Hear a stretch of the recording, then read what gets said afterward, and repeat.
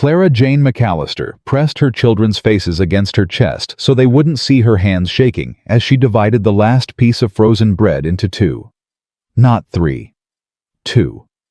She hadn't eaten in 4 days, and tonight she'd made her decision. When the children fell asleep, she would walk into the blizzard and never come back. A dead mother was better than one who watched her babies starve. That's when the door exploded inward, and a stranger's voice cut through the howling wind. If this story touches your heart, subscribe to our channel and stay until the end. Comment your city below. I want to see how far Clara's journey reaches across America. The bread crumbled in Clara's trembling fingers. She stared at the 2 small pieces, then at her children, huddled beneath every blanket and coat they owned. Henry, 7 years old, held his little sister Lizzie against his thin chest, both of them shivering despite the layers. The fire had died 3 hours ago. The last of the wood was gone. Clara tucked the bread pieces into her apron pocket and moved toward her children. Each step felt heavier than the last. 4 days without food had turned her legs to water, her thoughts to fog. "Mama!" Henry's voice cracked. "Is it morning yet?" "Not yet, sweetheart." Clara knelt beside them, pulling the blankets tighter. "Try to sleep a little more." "I'm so cold, Mama." Lizzie's teeth chattered. "My toes hurt." Clara pulled her daughter's feet into her lap and rubbed them through the worn stockings. The skin felt like ice. Panic clawed at her chest, but she forced her voice to stay calm. "I know, baby. I know. Mama's going to fix it." But she couldn't fix it. That was the truth she'd been running from for weeks. Will had been dead 8 months now, buried under a mountain of rubble in the copper mine collapse that had killed 11 men. The mine company had given her $20 and their condolences. $20 hadn't lasted through autumn. "Mama, I'm hungry," Lizzie whispered, the words carved into Clara like a knife. She reached into her pocket and pulled out the bread pieces. "Here, sweetheart. Share with your brother." Henry sat up, his eyes too old for his young face. "What about you, Mama?" "I already ate." The lie came easy now. She'd told so many. "Go on. Eat slow. Make it last." She watched her children devour the bread in seconds. It wasn't enough. It was never enough. Lizzie licked the crumbs from her palm, while Henry chewed each bite with his eyes closed, savoring what couldn't be savored. "That was good, Mama." Lizzie tried to smile. "Thank you." Clara's heart shattered into 1,000 pieces. "You're welcome, baby. Now sleep. Morning will come soon."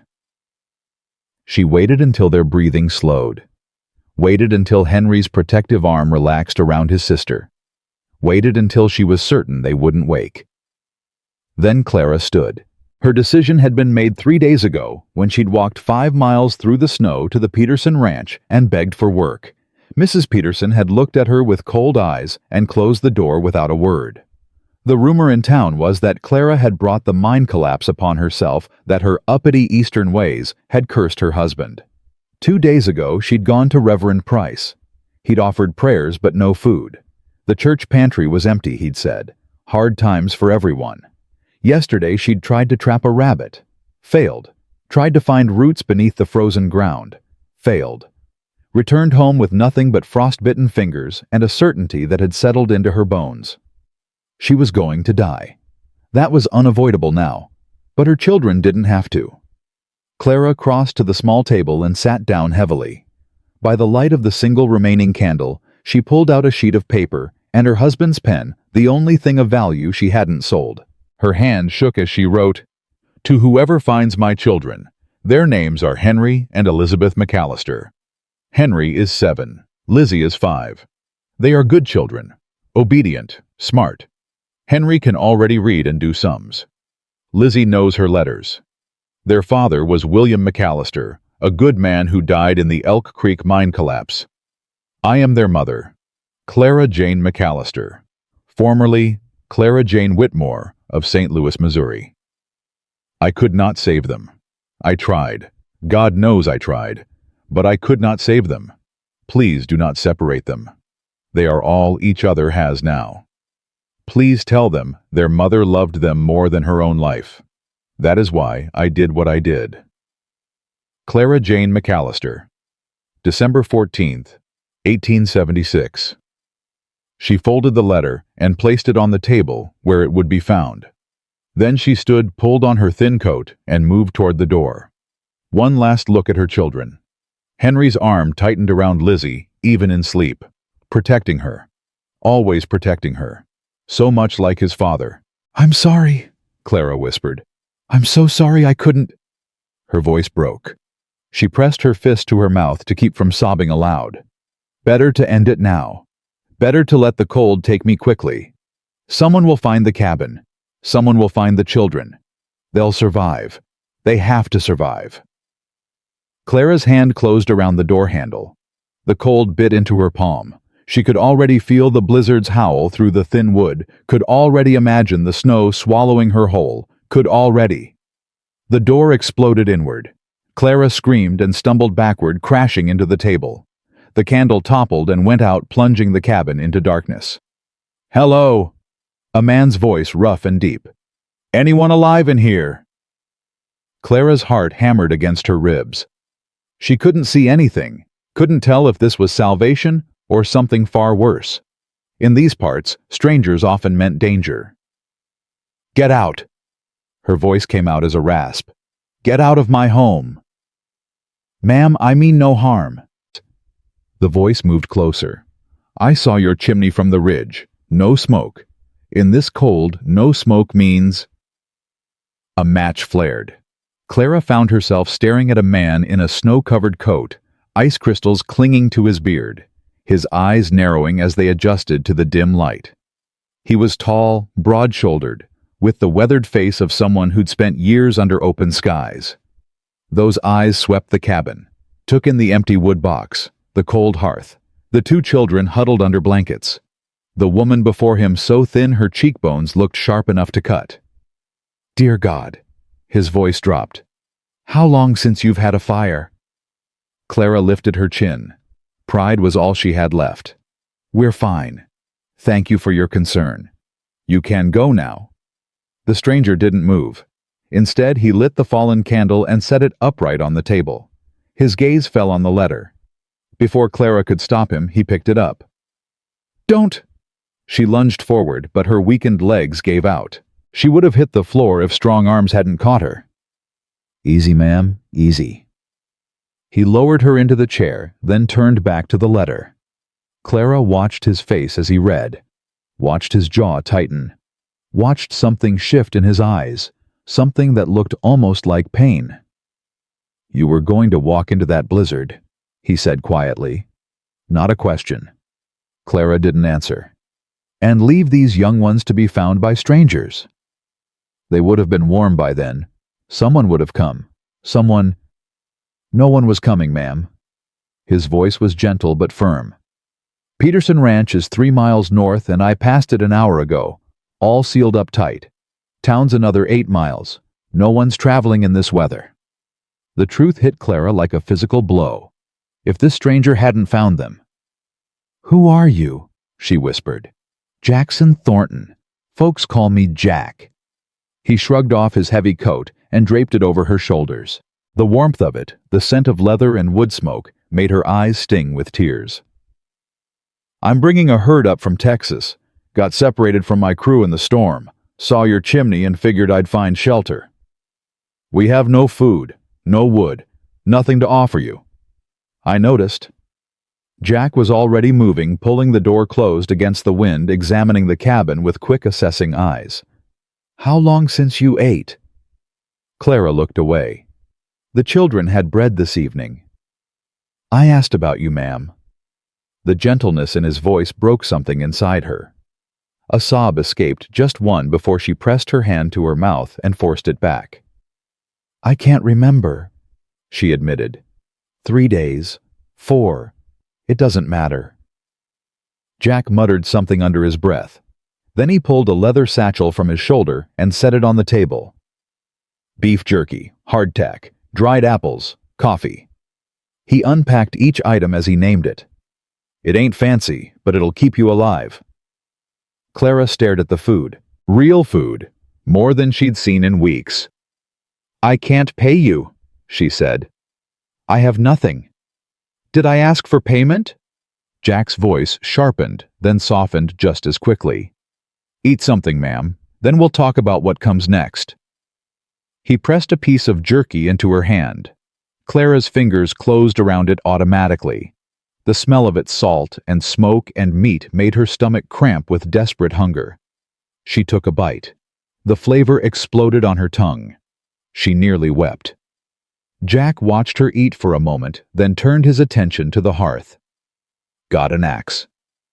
Behind the cabin. But the wood, all the deadfall is buried under snow, and I haven't the strength. I'll find some. Jack was already heading for the door. Keep your young ones warm. I'll be back. He disappeared into the blizzard before Clara could respond. She sat in the darkness, chewing slowly, listening to the wind howl. Part of her wondered if she'd imagined the whole encounter. Hunger could do that, create visions, false hopes, cruel tricks of the mind. But the jerky was real. The heavy coat around her shoulders was real. The fading warmth, where his hands had caught her, was real. Mama. Clara turned. Henry was sitting up, his eyes wide in the darkness. Who was that man? I don't know, sweetheart. Clara moved to her children, bringing the satchel of food with her. But he brought us something to eat. She broke off pieces of jerky for both children, watching them eat with an intensity that bordered on desperation. Color began to return to their cheeks. Lizzie stopped shivering. Is he coming back? Henry asked between bites. He said he would. Do you believe him? Clara thought about the letter on the table, thought about what she'd been about to do, thought about the stranger who'd read her darkest intention and hadn't judged her for it. Yes, she said slowly. I think I do. 20 minutes later, the door opened again. Jack stumbled in his arms full of wood. Not deadfall, but fresh-cut sections from what looked like a fallen pine. Snow caked his hair and beard. His lips were blue, but he was smiling. Found a tree the storm took down about 100 yards out. Enough wood there to last a week if we're careful. He dropped the load beside the hearth and immediately began building a fire. You folks got any more blankets? These young ones need to be warmed proper. Clara directed him to the chest at the foot of her bed. He pulled out the remaining quilts, her wedding quilts, the last remnants of her former life, and wrapped them around the children without hesitation. Within minutes, a fire crackled in the hearth. Heat began to push back the killing cold. Lizzie laughed, actually laughed, as the warmth reached her. That feels so good, Mama. I know, baby. Clara's voice cracked. I know it does. Jack stood back from the fire, watching the children with an expression Clara couldn't quite read. There was sadness there, she thought, and something else. Recognition, maybe. You've done this before, she said quietly. Found folks in trouble. Jack's jaw tightened. Once, a long time ago. He didn't elaborate, and Clara didn't push. Everyone on the frontier had stories they didn't tell. The storm's getting worse, Jack said, moving to the window. Won't be safe to travel for at least 2 days, maybe 3. You can stay here. It's the least I can offer after... Clara gestured helplessly at the fire, the food, the warmth that was saving her children's lives. I appreciate that, ma'am, but we need to talk about what happens after the storm passes. Clara felt her stomach clench. Here it came. The price. There was always a price. I told you I have nothing. I ain't asking for anything. Jack's voice was sharp. Lord, woman, what kind of man do you think I am? Clara flinched. I'm sorry, I didn't mean... No, I'm sorry. Jack ran a hand through his wet hair. That was uncalled for. You've got no reason to trust me. No reason to trust anyone from the look of things. He sat down across from her, his eyes level with hers. How long since your husband passed? 8 months. And you've been alone out here since then. No family. No neighbors willing to help. My family is in St. Louis. They disowned me when I married Will. The old bitterness crept into her voice. As for neighbors, the folks around here don't take kindly to outsiders, especially outsiders whose husbands brought bad luck to the mine. Jack's eyes darkened. They blame you for the collapse. They blame me for everything. The drought last summer. The cattle sickness at the Granger Ranch. It doesn't matter. Clara shook her head.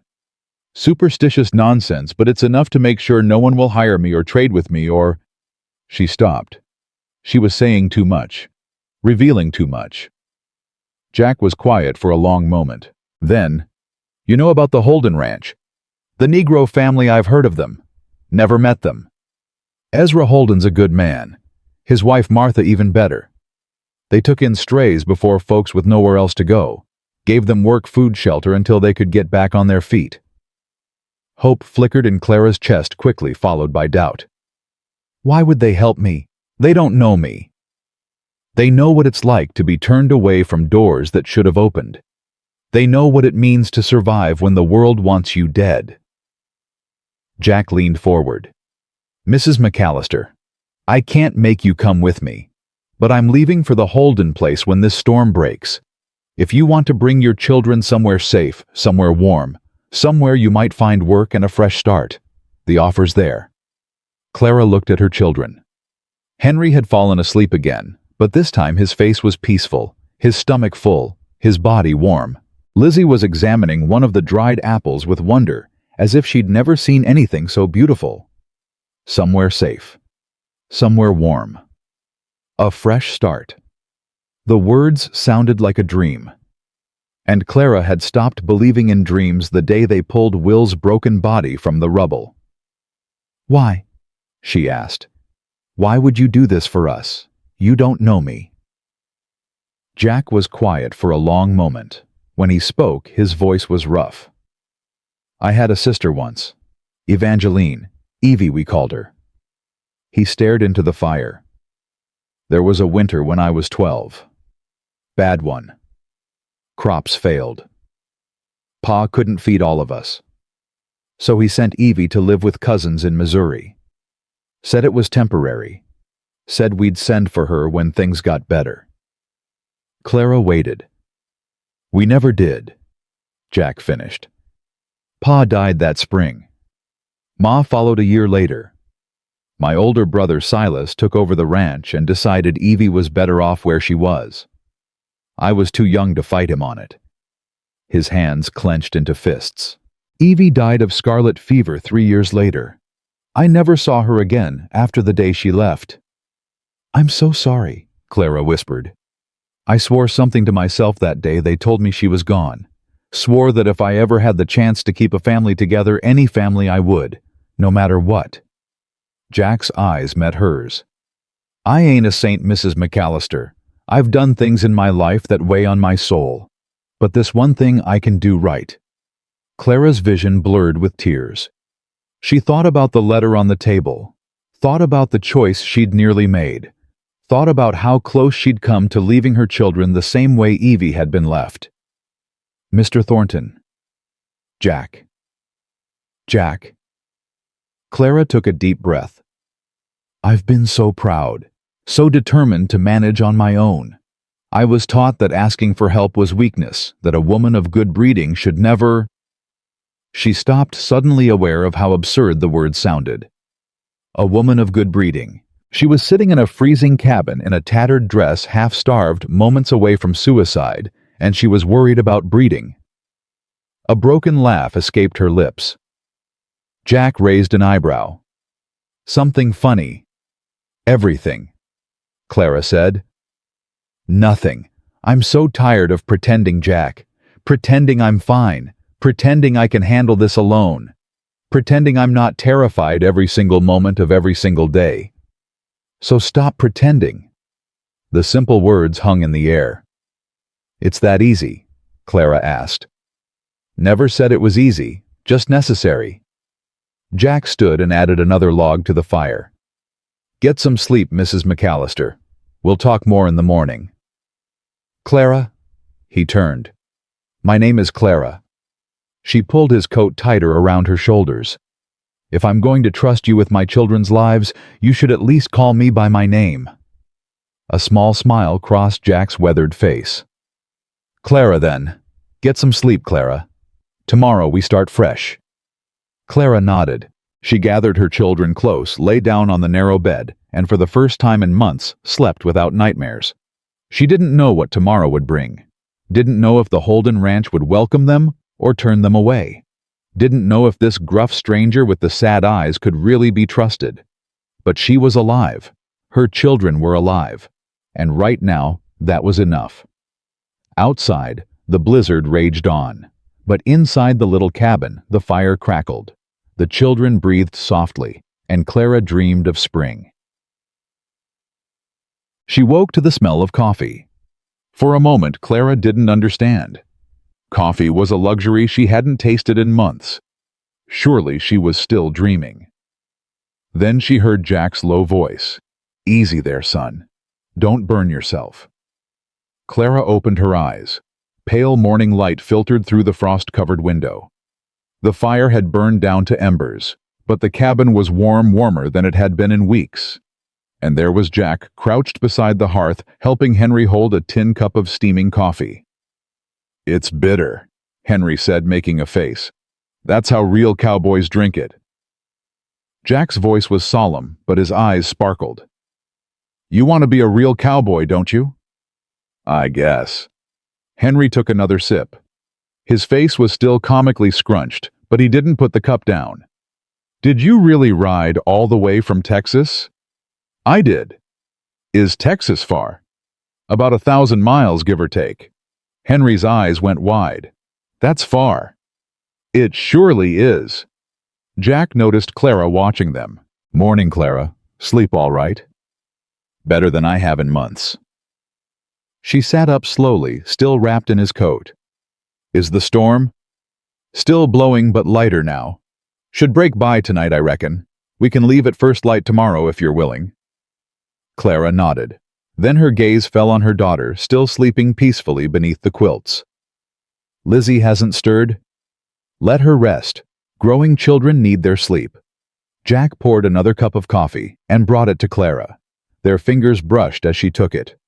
"Thank you," she said, "for everything." "You already thanked me.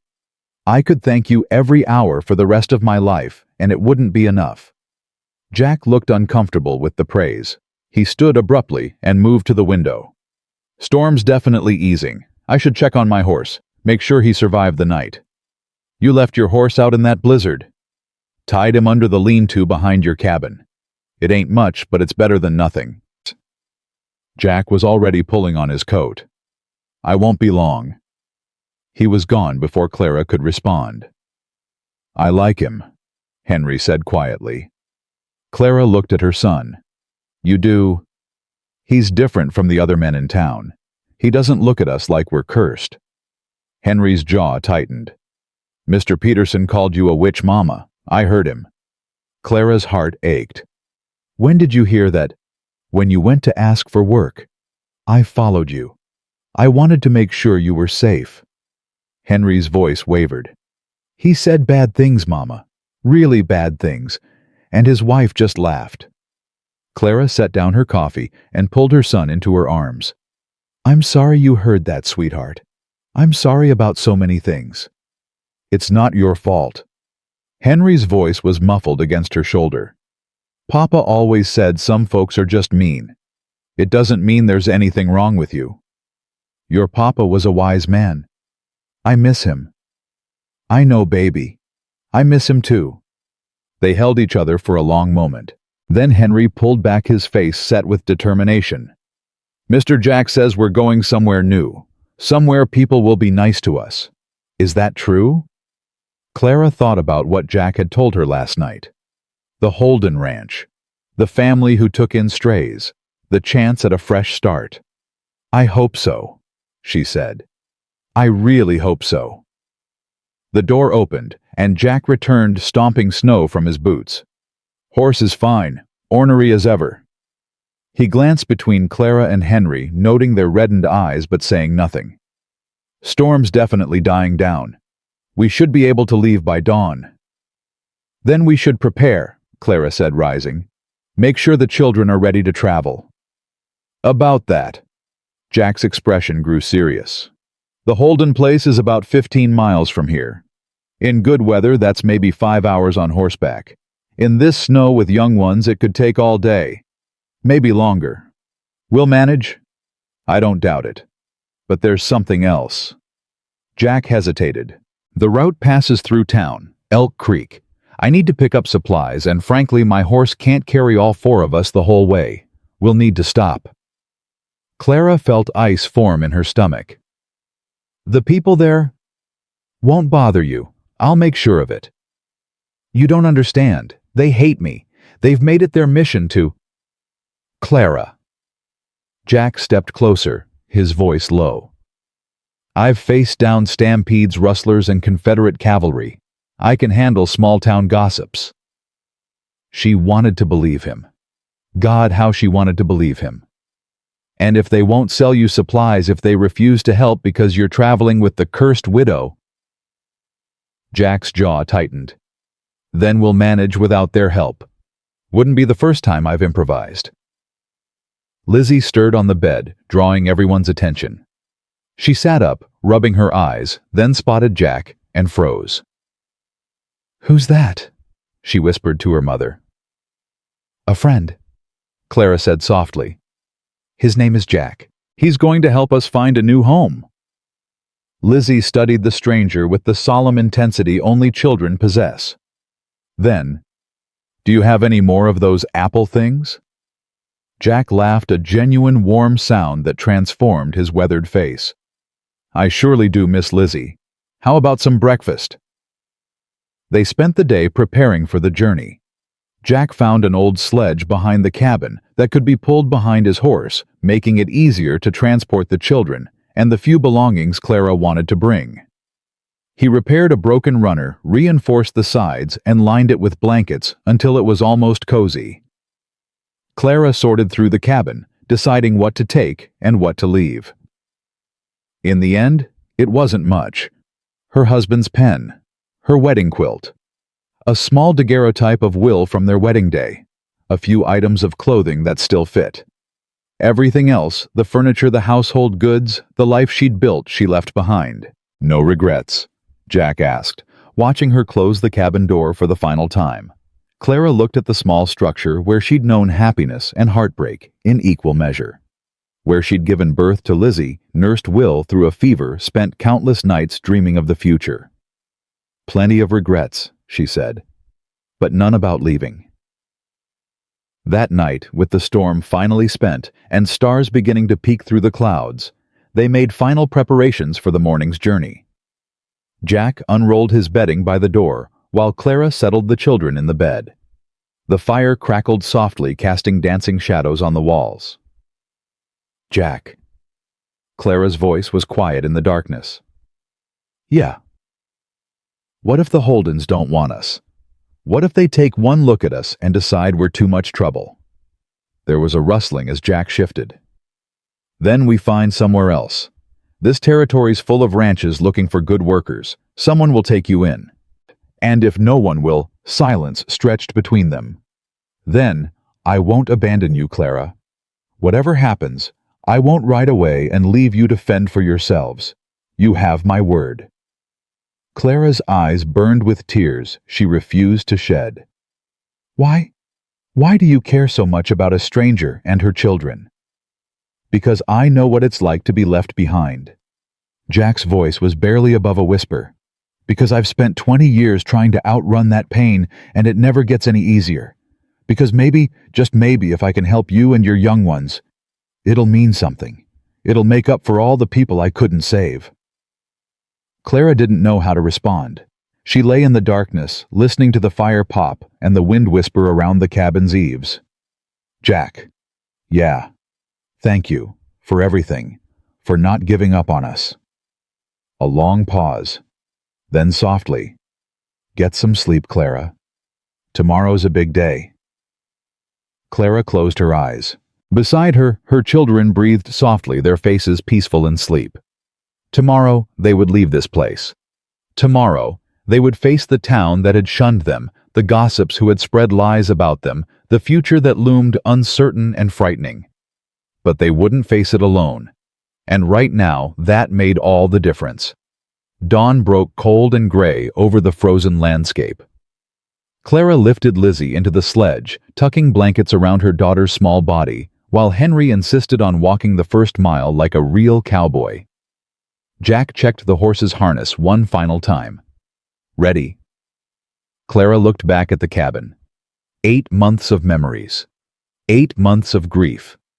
8 months of slowly dying. Ready, she said. They moved through the snow in silence, the horse's breath forming clouds in the frigid air. Henry lasted exactly 20 minutes before his teeth started chattering, and Jack lifted him onto the saddle without a word. How much farther to town? Clara asked. Another hour, maybe less. Clara's stomach tightened. Elk Creek, the place that had turned its back on her. The people who whispered which when she passed. You don't have to come into town with me, Jack said, reading her expression. I can leave you at the edge while I get supplies. No. Clara's voice was firmer than she felt. I won't hide. I've done nothing wrong. Jack nodded slowly. All right then. They crested a small rise, and there it was. Elk Creek sprawled in the valley below, smoke rising from a dozen chimneys, the main street already showing signs of life despite the early hour. Mama? Henry's voice was small. Do we have to go there? Just for a little while, sweetheart. Then we'll be on our way. But what if they're mean to you again? Jack turned in the saddle. Anyone's mean to your mama, Henry, they'll answer to me. Understood? Henry's eyes went wide. Then he nodded solemnly. Understood. They descended into town. Clara felt the stairs before she saw them. Mrs. Granger paused in sweeping her porch broom, frozen mid-stroke. Old Mr. Hendricks stopped loading his wagon to gawk.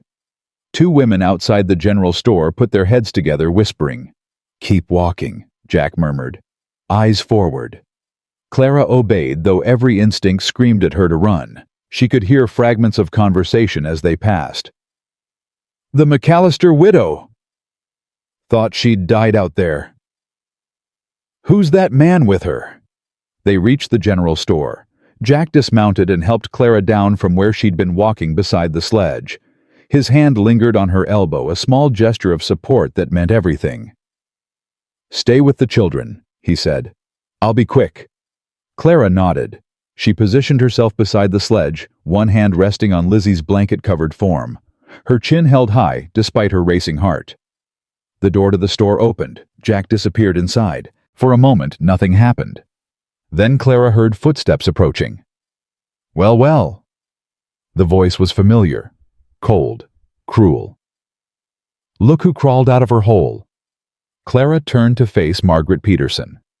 The rancher's wife stood with 2 other women, their expressions ranging from hostile to gleeful. Mrs. Peterson. Clara kept her voice level. Good morning. Is it I wouldn't know? We've had nothing but bad luck since you arrived in this town. Margaret's eyes swept over Clara's thin frame, her tattered dress, her hollow cheeks. Though it looks like your curse has finally turned on you. There is no curse, Mrs. Peterson. Only superstition and cruelty. Margaret's face reddened. How dare you? Mama. Lizzie's small voice cut through the tension. I'm scared. Clara immediately turned to her daughter, crouching beside the sledge. It's all right, baby. These ladies were just leaving. We most certainly were not. Margaret stepped closer. I want to know who that man is. The one you've lured into your web. I haven't lured anyone. She probably bewitched him. One of the other women laughed. Same way she bewitched poor William McAllister into marrying her. Will loved me, Clara said quietly. Whatever else you believe, that was real. Love? Margaret snorted. A stable hand's daughter doesn't know the meaning of the word. Clara felt something snap inside her. 8 months of insults. 8 months of being turned away from doors. 8 months of watching her children suffer because of these people's prejudice. "You know nothing about me," she said, her voice steady despite her trembling hands. "You know nothing about my husband or my family or my life. You've created a story in your heads, a story about curses and witches and evil, because it's easier than admitting the truth." "And what truth is that?" Margaret demanded. "That bad things happen. That the mine collapsed because it wasn't built safely, not because of some imaginary curse. That your cattle got sick because of contaminated water, not because a widow looked at them wrong.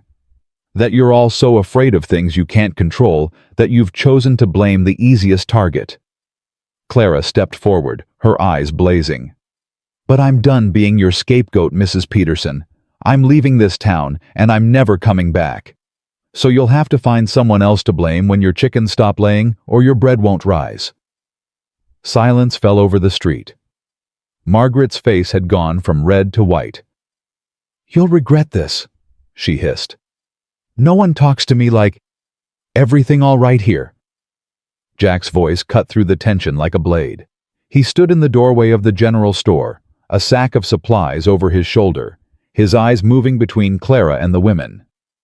"Just fine," Clara said. "These ladies were saying goodbye." Margaret opened her mouth to respond, but something in Jack's expression made her reconsider. She gathered her dignity like a shawl and stepped back. "Good riddance," she spat. "And good luck finding anyone else willing to take in trash like you." She turned and stalked away, her companions hurrying after her. Jack moved to Clara's side. "You all right?" "I'm wonderful." Clara realized she was shaking not from fear, but from something else. Relief. Triumph. "I've wanted to say those things for months." "You said them well." Was that admiration in Jack's voice? "Now let's get moving before she decides to come back with reinforcements." They were loading the supplies into the sledge when a new voice called out. "Ma'am, Mrs. McAllister." Clara turned. A young man was hurrying toward them, barely more than a boy, really, with a shock of red hair and freckles scattered across his nose. "Tommy?" Clara recognized him. Tommy Brennan. He'd worked in the mine with Will. "Ma'am, I heard you were leaving." Tommy stopped a few feet away, twisting his cap in his hands. I needed to tell you." "Tell me what?" Tommy's eyes dropped to his feet.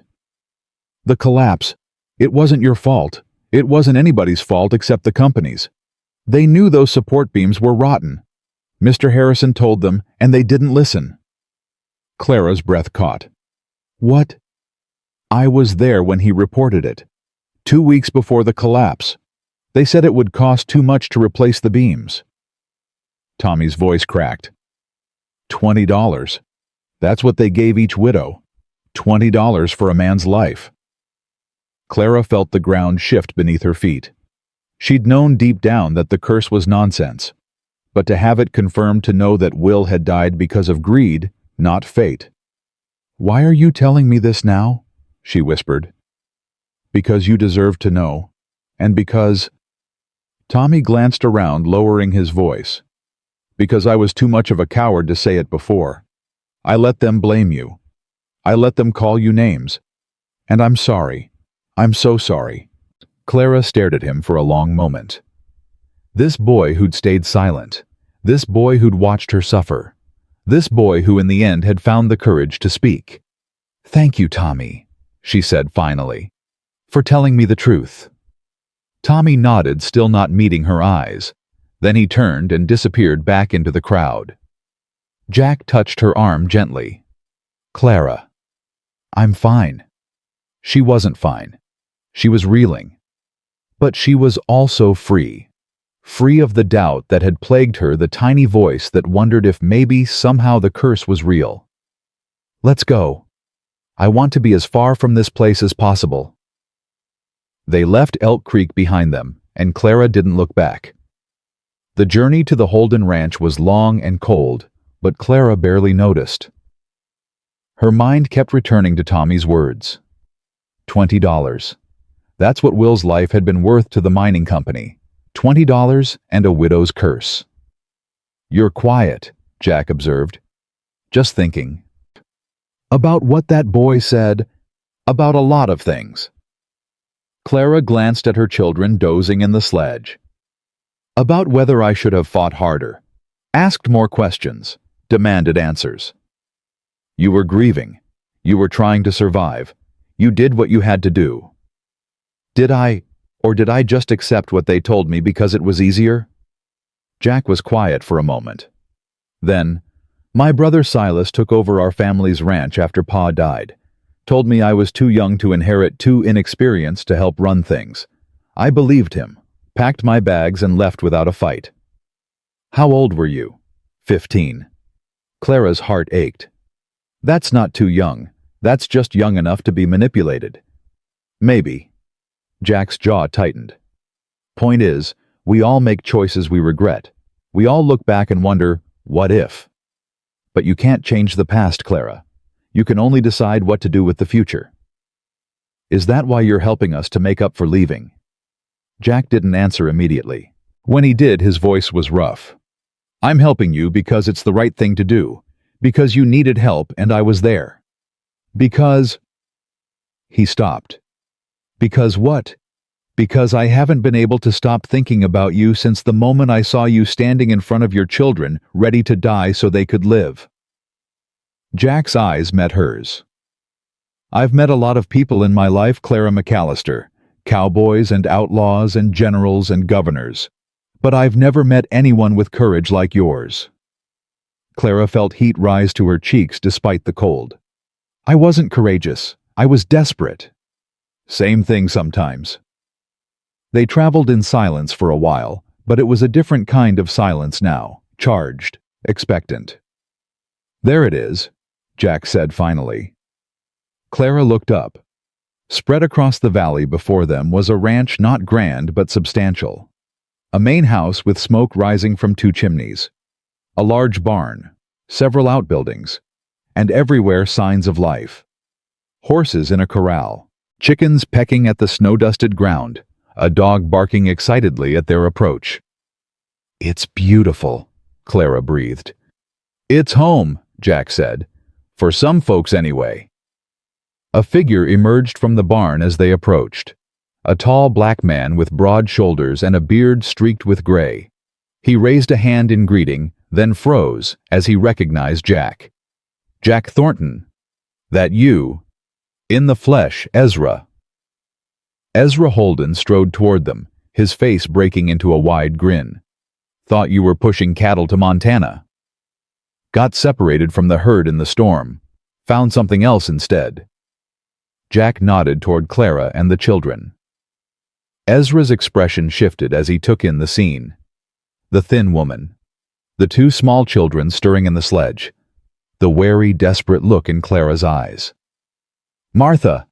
Ezra called toward the house. We've got company. The door opened and a woman emerged. She was perhaps 50, with silver-threaded hair pulled back in a neat bun and eyes that seemed to see everything at once. Martha Holden took one look at Clara and her children and immediately took charge. Ezra, get them inside. Jack, see to the horse. She pointed at Clara. When did you last eat a proper meal? Yesterday. Jack gave us supplies. Jack's trail rations don't count as a proper meal. Come inside, all of you. Martha's voice brooked no argument. We'll sort out the rest after you've got some hot food in your bellies. Clara found herself swept into the warmth of the Holden home before she could protest. The main room was simple but comfortable with a large fireplace and a long wooden table already set for a meal. Sit, Martha commanded, pointing to the table. Children, too. Henry and Lizzie, wide-eyed and silent, obeyed immediately. Clara followed, too exhausted to argue. Martha moved to the stove, where a pot of something heavenly smelling was simmering. Jack finds you in the storm. He found us in our cabin, Clara said. We had no food, no wood, no need to explain. Martha ladled stew into bowls, her movements efficient and practiced. I know what desperation looks like. Seen it plenty of times. Worn it myself once or twice. She set the bowls before them. Clara's hands trembled as she lifted her spoon. The first bite made her want to weep. "This is so good," Lizzie said, her mouth full. "Thank you, ma'am." Martha's stern expression softened. "You're welcome, child. Eat as much as you like. There's plenty more." The door opened, and Jack entered with Ezra close behind. Both men were brushing snow from their shoulders. "Horses settled," Jack reported. "Fed and watered." "Good."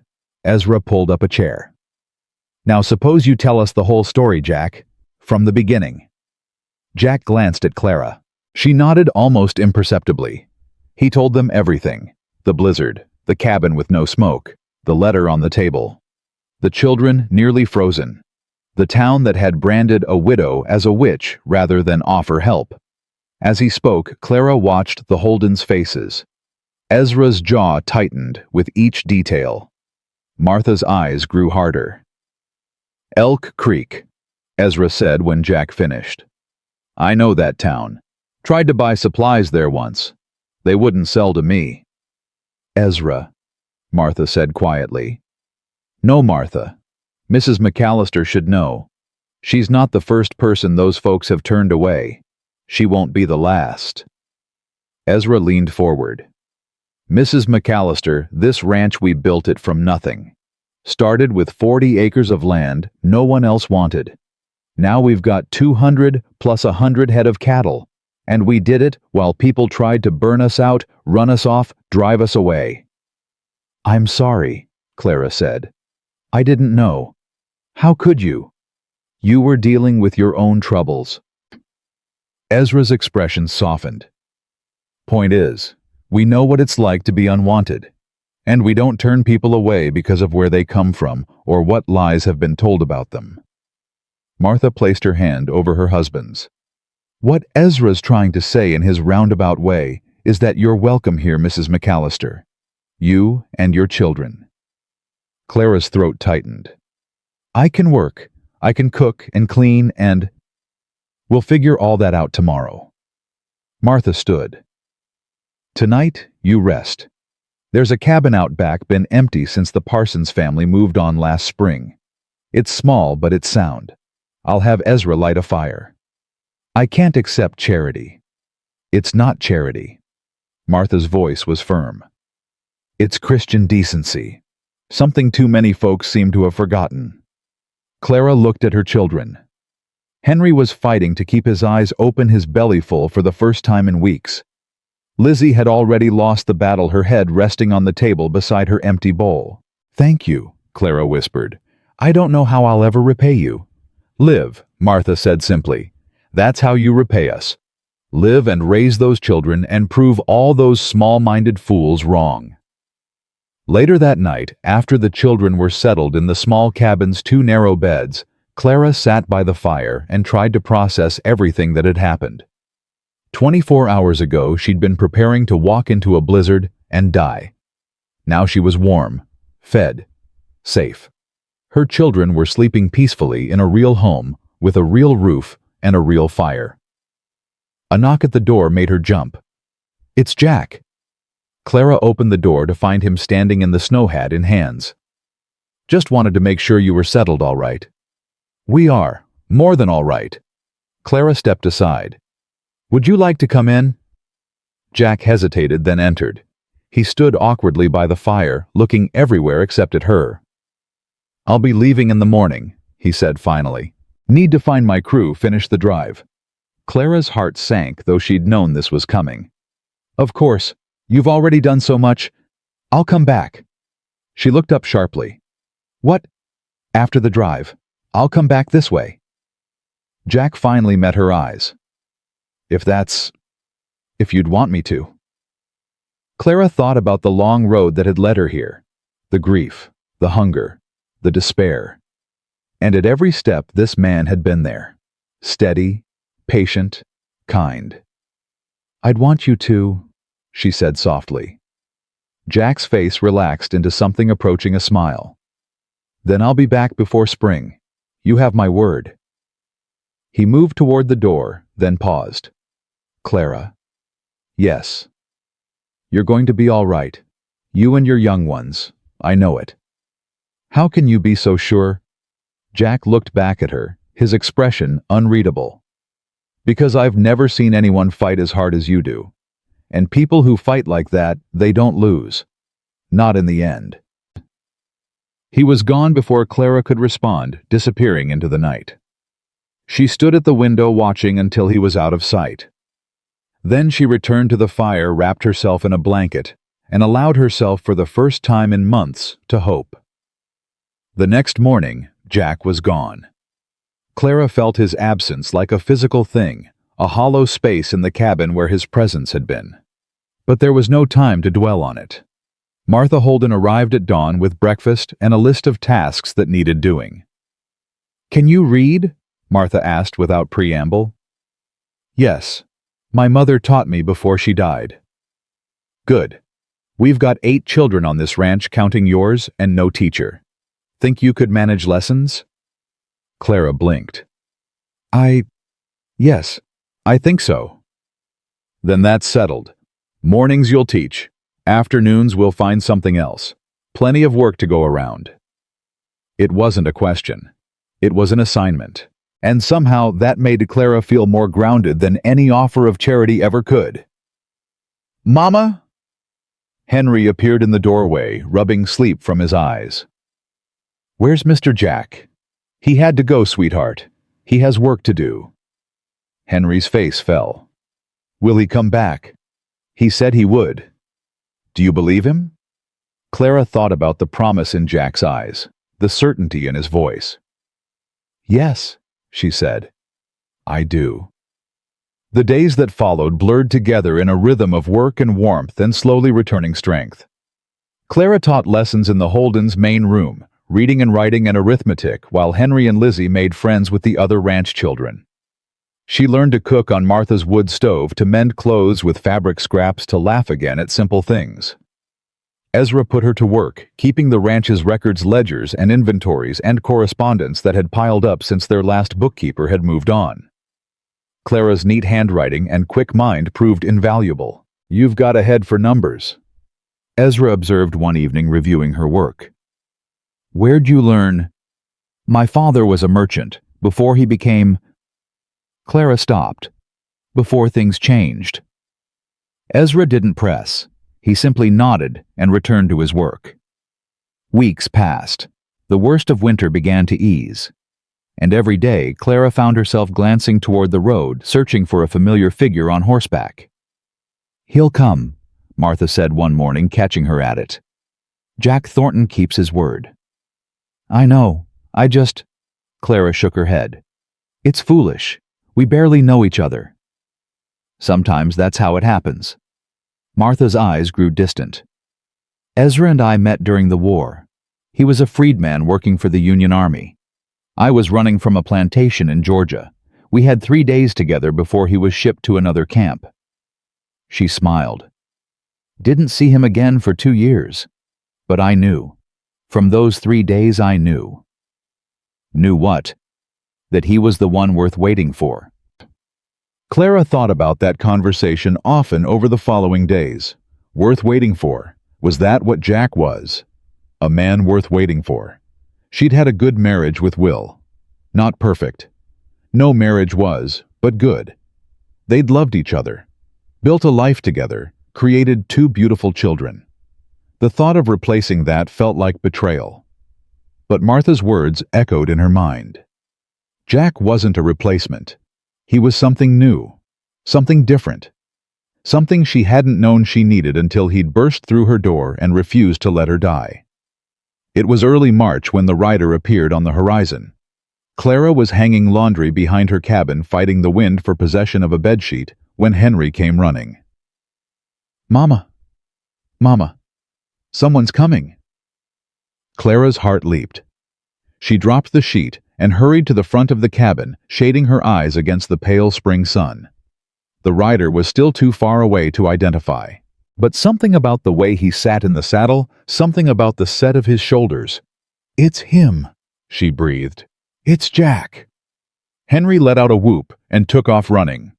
Clara called after him to be careful, but the boy was already halfway across the field.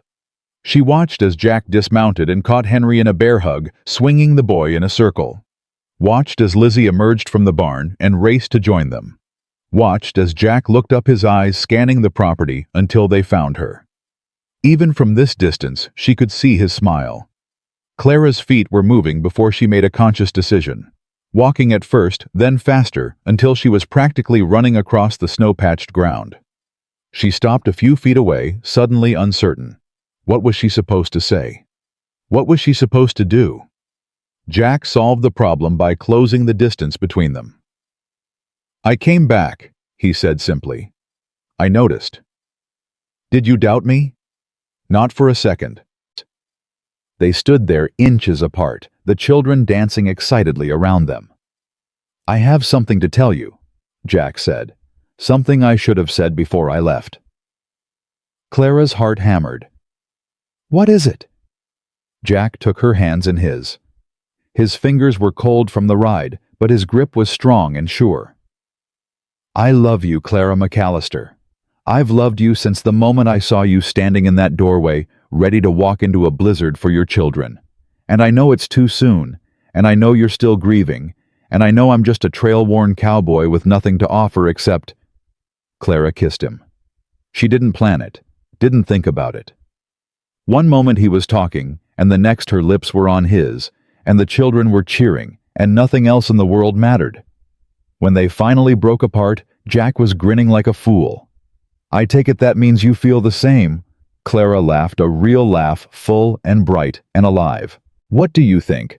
"I think," Jack said slowly, "that this is the beginning of something wonderful." And standing there, surrounded by the family she'd found in the most unlikely of places, Clara finally believed him. 3 weeks after Jack's return, Clara woke to the sound of screaming. She bolted upright in bed, heart pounding. The screams came again, ragged, desperate animal sounds that made her blood run cold. "Jack!" Clara threw off the blankets and ran to the window. The screaming was coming from the bunkhouse where Jack had been staying since his return. She didn't think. She just moved. The cold hit her like a wall as she burst outside in nothing but her nightgown. Her bare feet crunched through the thin crust of late winter snow. She could hear other doors opening, other voices calling out in alarm. Clara reached the bunkhouse first. Jack was on the floor, tangled in his blankets, thrashing and crying out words she couldn't understand. His eyes were open but unseeing, fixed on something only he could see. "Jack." Clara dropped to her knees beside him. "Jack, wake up." He didn't respond. His hands clawed at the air, fighting invisible enemies. "No! Get down! They're coming from the left flank! Get down!" Clara grabbed his shoulders. "Jack, it's Clara. You're safe.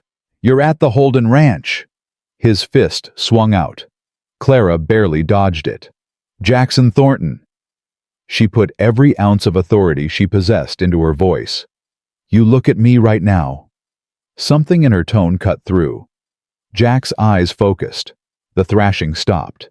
He stared at her chest, heaving sweat pouring down his face. "Clara." His voice was raw, broken. "What, where?" "You're safe. You're here with me. It was just a dream." Jack's face crumpled. He turned away from her shoulders, shaking. "I'm sorry," he gasped. "I'm so sorry you had to see. Don't you dare apologize." Clara moved closer, placing her hand on his back. She could feel him trembling. "How long has this been happening?" "Since the war. Every night." A long pause. "Most nights." Clara's heart broke for him. 12 years. 12 years of reliving whatever horrors he'd witnessed on those battlefields. 12 years of waking up screaming alone with no one to bring him back. "Why didn't you tell me?" Jack finally turned to face her.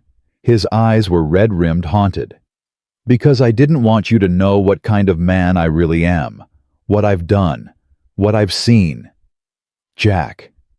"I killed people, Clara. Boys younger than Henry. Men with families waiting for them back home." His voice cracked. "Sometimes I can still see their faces. Every single one." Clara didn't hesitate. She wrapped her arms around him and held on tight. "You were a soldier. You did what you had to do." That doesn't make it right. No, it doesn't. But it doesn't make you a monster either. She pulled back to look at him. You saved my life. You saved my children's lives. Whatever you did during the war, that doesn't erase who you are now. Jack searched her face, looking for judgment, for fear, for disgust. He found none. You should run, he whispered. Far away from a broken man like me. I've been running my whole life, Clara said softly. From my father. From expectations. From grief. I'm tired of running, Jack. And I'm not about to start again just because you have nightmares. She kissed his forehead gently. We'll get through this, together. Whatever ghosts you're carrying, you don't have to carry them alone anymore. For the first time since she'd known him, Jack wept. The next morning, Clara found Jack already at work in the barn mending a broken harness. He wouldn't meet her eyes. About last night. We don't have to talk about it, Clara said. Unless you want to. Jack's hands stilled on the leather. I haven't told anyone. About what happens when I sleep. Not ever. Now you've told me. And you're still here. Where else would I be? Jack finally looked up. Something had shifted in his expression, a vulnerability she'd never seen before, and somehow it made him more beautiful to her, not less. I don't deserve you, he said quietly. Let me be the judge of that. The moment was interrupted by the sound of approaching hoofbeats. Both of them turned toward the barn door. Ezra appeared, his face grim. Jack, Clara, we've got trouble. What kind of trouble? Jack was already on his feet. Ryder just came in. Says there's a man in town asking questions. Big man, well-dressed, looking for someone named Thornton. Jack went pale.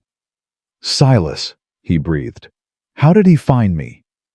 Who's Silas? Clara asked. Jack's jaw tightened. My brother. Clara stared at him. You said your brother took your family's ranch, that you haven't spoken in years. I haven't. Then what's he doing here? Nothing good. Jack grabbed his hat. I need to go. I need to. You need to calm down and think. Ezra stepped into his path. Man like that doesn't travel 1,000 miles for a friendly reunion. He wants something. Question is what? I don't care what he wants. I won't see him. Then he'll come here. Ezra's voice was firm. And he'll find Clara, find the children, find us. That what you want. Jack's hands clenched into fists. Clara watched the war play out across his face, the desire to run battling with the need to protect. I'll go into town, he said finally. Find out what he wants. End this. I'm coming with you, Clara said immediately. No, absolutely not. This affects me too, Jack. Affects us. I won't be left behind to wonder and worry.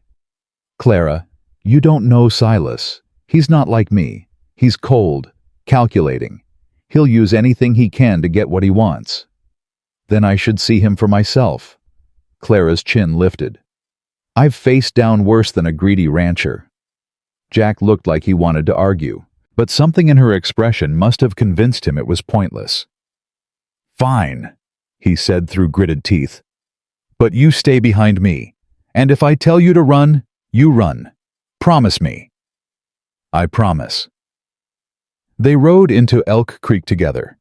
Clara felt the familiar hostility wash over her as they entered town. But this time, she barely noticed. All her attention was focused on finding the man who had caused Jack so much pain.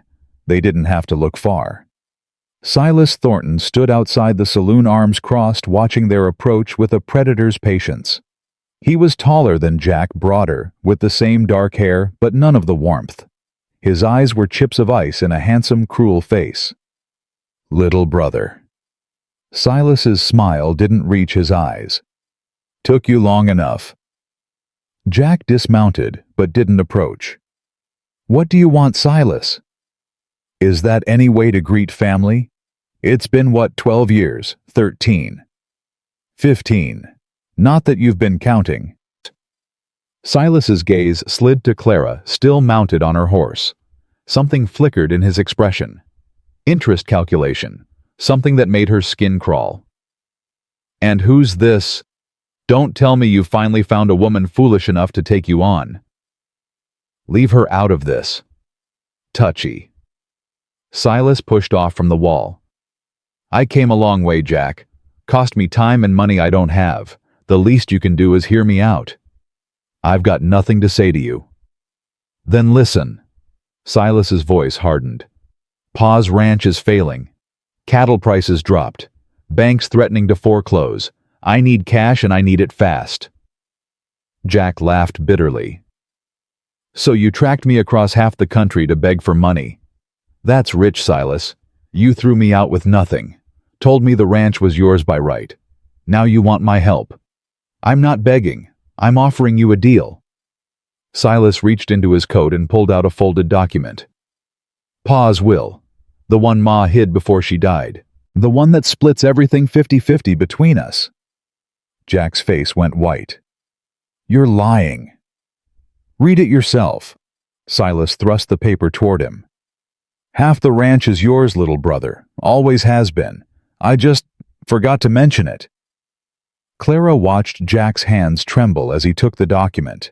His eyes moved across the page once, twice, 3 times. This is real, he said slowly. This is Pa's handwriting. I know. You knew about this. For 15 years you knew, and you let me believe. Jack's voice broke. I thought Pa didn't want me. Thought he chose you over me. Do you have any idea what that did to me? I did what I had to do. Silas's voice held no remorse. I was 20 years old with a ranch to run and a kid brother who wanted to play cowboy. I needed you gone. Jack lunged. Clara screamed his name as he tackled Silas to the ground. The two brothers rolled in the dirt, fists flying, years of betrayal exploding into violence. You stole my life, Jack roared. You stole everything. Silas fought back hard, landing a blow that split Jack's lip. I made that ranch what it is. You would have run it into the ground. They struggled evenly matched until Ezra appeared from nowhere and hauled Jack off his brother. Enough! Ezra's voice boomed. Both of you, enough! Jack strained against Ezra's grip, blood dripping from his mouth. Silas climbed to his feet, brushing dirt from his expensive coat. Feel better, Silas sneered. Get it out of your system. Because whether you like it or not, we need to talk business. I don't want your ranch. I don't want anything from you. Then sign over your half and walk away. That's all I'm asking. Silas's eyes glittered. Otherwise, I'll fight you in court. Drag this out for years. Make sure everyone knows about the great Jackson Thornton war hero, cattle driver, and abandoned brother who left his family to rot. That's not what happened. Doesn't matter what happened. Matters what people believe. Silas smiled coldly. Your choice, little brother. Give me what I want, or I'll destroy everything you've built, including that pretty little widow you've taken up with. Clara felt ice form in her stomach. Jack went very still. You leave her out of this. Why? She's leverage. That's all anyone is in this world, leverage to be used. Silas's gaze swept over Clara with unconcealed contempt. Though I can't imagine what you see in her. Scrawny thing. Probably can't even give you sons. Something snapped in Clara. She was off her horse and in front of Silas before she knew she'd moved. You listen to me, she said, her voice low and deadly. You can threaten Jack. You can threaten the ranch, but you do not get to threaten me or my children. Because unlike your brother, I have nothing left to lose. And people with nothing to lose are very, very dangerous. Silas's eyes widened slightly. Whatever he'd expected from the scrawny widow, this wasn't it. She's got fire, he said to Jack. I'll give you that. She's got more than fire. Jack moved to stand beside Clara. She's got me. And if you come near her or her children, I will end you, brother or not. The two men stared at each other for a long moment. Then Silas laughed. Fine, have it your way. But this isn't over, Jack. I'll be at the hotel for 3 days. You have until then to make your decision. After that, he shrugged. Well, Let's just say things will get unpleasant." He turned and walked away without looking back. Clara's knees gave out the moment he was gone. Jack caught her before she hit the ground. "I've got you. I've got you." "That man is evil," she gasped. "Jack, he'll destroy us. He won't touch you. I swear on my life he won't touch you or the children." Clara looked up at him. His lip was swelling, his eye already darkening with a bruise, but his expression was resolute. "What are you going to do?" "I don't know yet." Jack helped her stand. "But whatever it is, I'm not doing it alone. Not anymore." They rode back to the Holden Ranch in silence. Clara's mind raced with possibilities, each worse than the last. Silas Thornton wasn't a man who bluffed. If he said he'd destroy them, he meant it. Martha was waiting when they arrived. "I heard," she said simply. "Ezra sent word." "He knows where we are," Clara said. "He knows about the children. If he decides to use them, he won't get within a mile of this place." Martha's voice was steel. "Ezra's already posted lookouts. Anyone approaches who shouldn't will know." "This is my fault." Jack's voice was hollow. "I brought this down on all of you. I should leave. Go back to Texas. Face Silas alone." "And let him win." Clara rounded on him. "That's exactly what he wants, Jack. To isolate you. To make you think you have no choice but to give in." She's right. Ezra had joined them, his expression grim. "Man like Silas doesn't fight fair, but that doesn't mean he can't be beat. How he's got money, lawyers, connections. I've got nothing. You've got the truth." Martha stepped forward. "You've got witnesses, and you've got that will proof that he lied to you for 15 years. His word against mine. Then we find more proof." Clara's mind was working furiously. "There must be someone back in Texas who remembers. Someone who knew your father knew about the will, knew what Silas did." Jack shook his head. "Anyone who might have known is long dead. Pa's lawyer, the witnesses, even the neighbors who were there." "What about your sister?" Everyone turned to look at Clara. "Evie," she continued. "You said she was sent to cousins in Missouri. Did she ever come back? Even for a visit?" "No, she died of scarlet fever when she was 11. But before that, did she write? Did she know anything about your father's plans?" Jack's brow furrowed. "She wrote a few letters, but I don't—" He stopped. Something shifted in his expression. "Wait, there was one letter, right after Pa died. She said something about Pa making her promise." "Promise what?" "I don't remember exactly. I was 15 and grieving. I barely read it before Silas took it away." Jack's face paled. "Silas took it, said he was keeping all of Pa's correspondence together, for posterity, or to hide evidence." Ezra's voice was hard. "If your father told Evie about the will, then Silas has been sitting on proof of his own betrayal for 15 years. Clara felt hope surge through her. "Jack, we need that letter." "It's in Texas, at the ranch, assuming Silas didn't destroy it." "Men like Silas don't destroy things. They hoard them, keep them as insurance." Clara grabbed Jack's hands. "We have to go. We have to get that letter before he realizes what we're planning." Clara, I can't take you to Texas. It's 1,000 miles. It's dangerous." "The children?" "We'll stay here with Martha and Ezra." Clara looked at the older woman. "If you're willing." Martha nodded without hesitation. "They'll be safe, I swear it." "Clara, think about what you're saying." "I have thought about it." Clara's voice was firm. "I've spent my whole life letting other people fight my battles, letting other people decide my fate. I'm done with that, Jack. This affects my future too. Our future.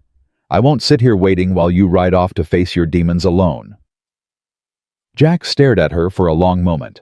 Then slowly a smile spread across his battered face. "You're the most stubborn woman I've ever met." "Is that a yes?" "It's an acknowledgement that I'd be a fool to argue." He pulled her close. "We leave tomorrow. First light." That night, Clara explained everything to Henry and Lizzie. "You're leaving." Henry's voice was small. "Both of you. Just for a little while." Clara knelt before her son. "Mr. Jack needs my help. There's something we have to do in Texas." "What if you don't come back?" The question cut Clara to the bone. She remembered the letter she'd written all those months ago. The letter that had said goodbye. "I will come back," she said fiercely. "I promise you, Henry. I will always come back for you and your sister." "Papa promised too," Henry whispered. "And he didn't." Clara's heart shattered. She pulled her son into her arms. "I know, sweetheart.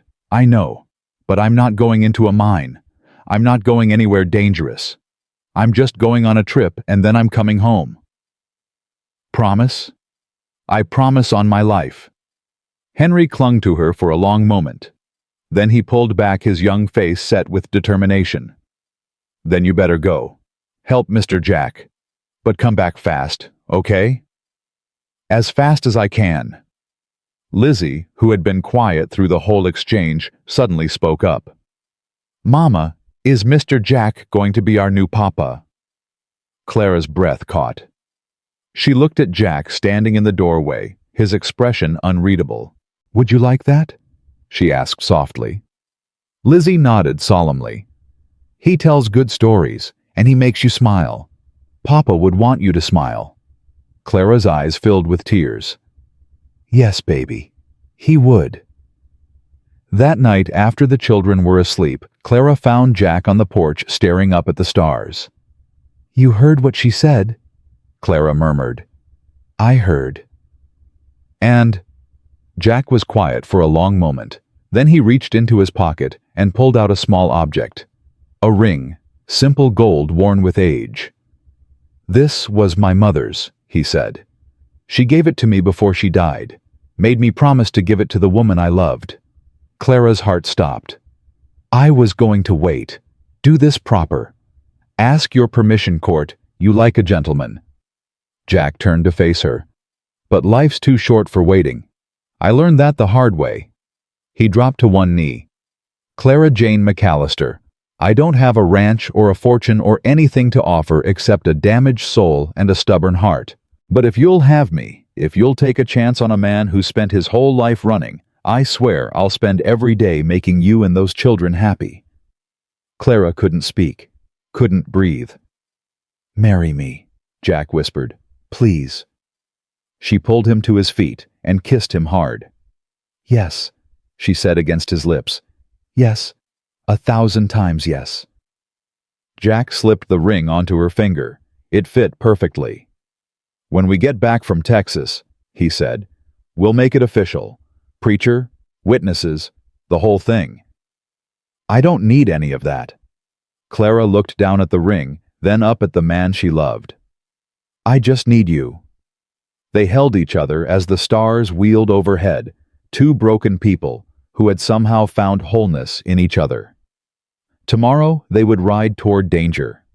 But tonight they had this. And it was enough. They rode hard for 3 days straight. Clara's body ached in places she didn't know could ache. Her thighs were raw from the saddle. Her hands blistered from gripping the reins. But every time Jack asked if she needed to rest, she shook her head and pushed forward. Silas had 3 days' head start. They couldn't afford to fall further behind. "He'll beat us there," Jack said on the third night, his voice heavy with exhaustion. "Even riding fast, we're at least a week behind. Then we ride faster. Clara, the horses can't. We'll trade for fresh ones, steal them if we have to." Clara's jaw set. "I didn't leave my children to fail Jack. We're getting that letter." Jack studied her face in the firelight. Whatever he saw there made him nod slowly. "You've changed," he said quietly. "I had to." "No, I mean—" He reached across and took her hand. "When I found you in that cabin, you were ready to give up. Now look at you, ready to ride into hell itself." "I found something worth fighting for." Jack squeezed her fingers. "So did I." They reached the Texas border on the 6th day. The landscape had changed, flattening into endless stretches of grass and scrub. Clara felt exposed, vulnerable like a rabbit in an open field with hawks circling overhead. "The ranch is another 2 days south," Jack said, "but we need to be careful. Silas has men, loyal men. If they see us coming, we don't let them see us." Jack almost smiled. "You make it sound simple." "Nothing about this is simple, but we're not turning back." They made camp that night in a shallow ravine hidden from view. Jack built a small fire, barely more than embers, and they huddled close for warmth. "Tell me about the ranch," Clara said. "What was it like growing up there?" Jack was quiet for a long moment. "It was good. Before Pa got sick. Before everything went wrong." His voice grew distant. "Ma used to sing while she did the washing. Pa would carry us on his shoulders to check the cattle. Silas and I would race each other across the fields." "You were close. You and Silas." "Once. He was my hero. I wanted to be just like him." Jack's jaw tightened. "Then Ma died, and Pa got the wasting sickness. And Silas changed, became hard, cold, started talking about protecting the family legacy like it was the only thing that mattered. And Evie, she was the baby. Only 7 when Ma passed. Pa couldn't cope with her, she looked too much like Ma, so he sent her away." Jack's voice cracked. "I begged him not to. Got down on my knees and begged, but Silas convinced him it was for the best." Clara felt her heart clench. "You were just a child yourself. Old enough to know it was wrong, not old enough to stop it." Jack stared into the embers. "I've spent 15 years carrying that guilt, wondering if I could have done more, said more, fought harder." "You were 12, Jack. You can't blame yourself for what adults decided." "Can't I?" His eyes met hers. "I let them take her. I let Silas lie to me about the will. I let myself be pushed out without a fight. Every step of the way, I could have done something different." Clara moved closer, pressing her body against his. "You're fighting now. That's what matters. Is it enough? It has to be." They rode through the night, trading sleep for speed. By dawn of the 8th day, Clara could see the ranch in the distance. Her heart sank. The Thornton spread was massive, bigger than anything she'd imagined. The main house alone was larger than Ezra's entire operation. Outbuildings dotted the landscape. Cattle grazed in endless pastures. Men on horseback moved among them, tiny figures against the vast terrain. "How are we supposed to get in there?" Clara whispered. "There's a back way, through the old servant quarters." Jack's eyes scanned the property. "Pa used to let the Mexican workers come and go through a gate near the creek. If it's still there, and if it's not, then we improvise." They waited until nightfall. Clara had never known darkness could be so absolute. No moon, no stars, just endless black pressing in from all sides. "Stay close," Jack breathed. "Don't make a sound." They moved through the darkness like ghosts. Clara's heart hammered so loud she was certain someone would hear it. Every snapping twig made her freeze. Every distant sound made her flinch. The gate was still there. Rusted and half hidden by overgrown brush, but there. Jack worked it open with agonizing slowness, cringing at every creak and groan. "The house," he whispered. "This way." They crept through the property, staying low, sticking to shadows. Clara's breath came in short gasps. Her legs trembled with fear and exhaustion. Then Jack stopped. "Someone's inside." Clara peered through the darkness. A light flickered in one of the ground floor windows of the main house. A figure moved behind the curtain. Silas. Could be, or one of his men. Jack's jaw clenched. "We need to get to Pa's study. That's where he kept all his papers. If the letter is anywhere, it's there." "Where's the study?" "Second floor, east wing." "Can we reach it without going through that room?" Jack considered. "Maybe. There's a servant's staircase. If the door's unlocked." They moved again. Clara's pulse pounded in her ears as they approached the house. Jack tested a side door.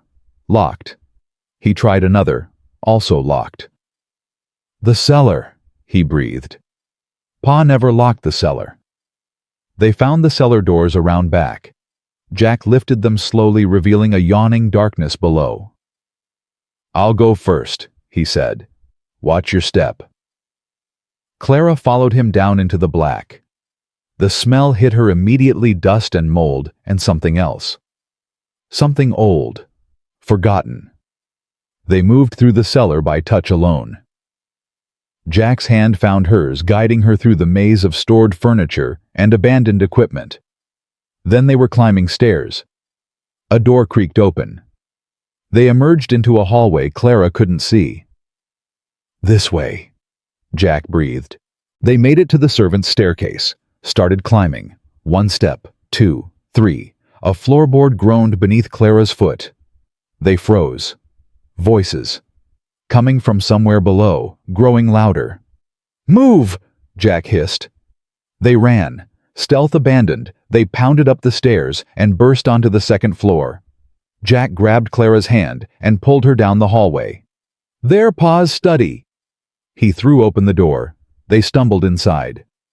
Jack closed the door behind them and leaned against it, breathing hard. "We don't have much time. Start looking." Clara's eyes adjusted to the darkness. She could make out a desk, bookshelves, a large cabinet against the wall. "The cabinet," Jack said. "Pa kept everything important in there." He crossed the room and yanked it open. Papers spilled out, years of correspondence, ledgers, documents. "Help me look." The letter would be small. Evie's handwriting, she always used purple ink. Clara dropped to her knees and started sorting. Her hands moved frantically, pulling out paper after paper, scanning each one in the dim light. Nothing. Nothing. Nothing. "Jack, I can't." "Keep looking." Footsteps in the hallway. Getting closer. Clara's heart stopped. She looked at Jack, saw her terror reflected in his eyes. "The window," he breathed.